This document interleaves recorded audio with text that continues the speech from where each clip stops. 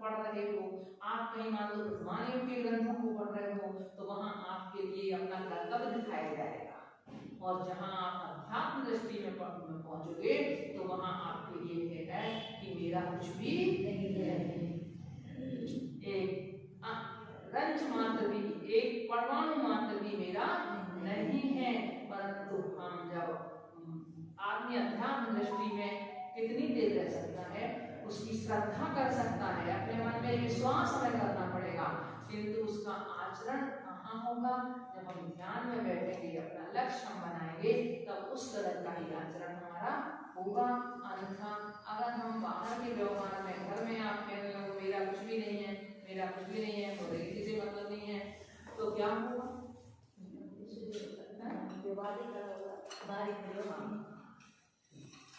मेरा घर भी नहीं, मेरा मकान भी नहीं, मेरा दुकान भी, यदि आप कहो फिर कहाँ रह रहे, फिर रह क्यों रहे?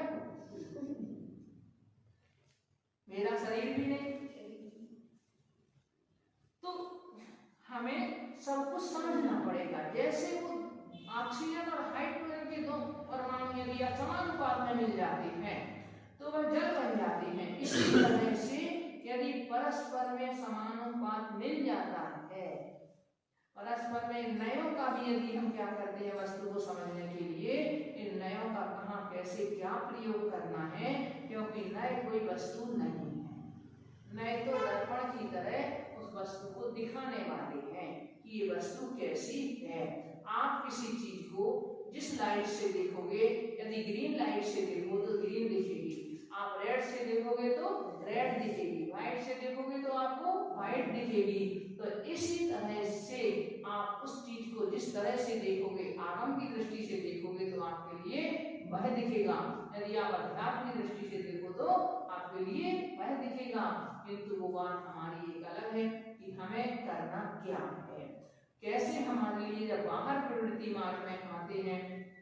तब हमारी प्रवृत्ति कैसी हो, तो हमारा आचरण कैसा हो। अगर व्यक्ति कह दे कि मैं किसी को मार नहीं सकता, मैं किसी को जला नहीं सकता, मैं किसी को, क्योंकि है ध्यान में कि मैं किसी का कुछ कर नहीं सकता, मैं किसी को ना मार सकता हूँ, ना किसी को मैं जला सकता हूँ, ना मैं किसी का उपकार कर सकता हूँ, ना मैं कुछ कर सकता हूँ, तो आप पहले से छोड़ करके बैठ जाओगे घर में, किसी घर में, परिवार में, समाज में किसी का उपकार करने की सोचोगे ही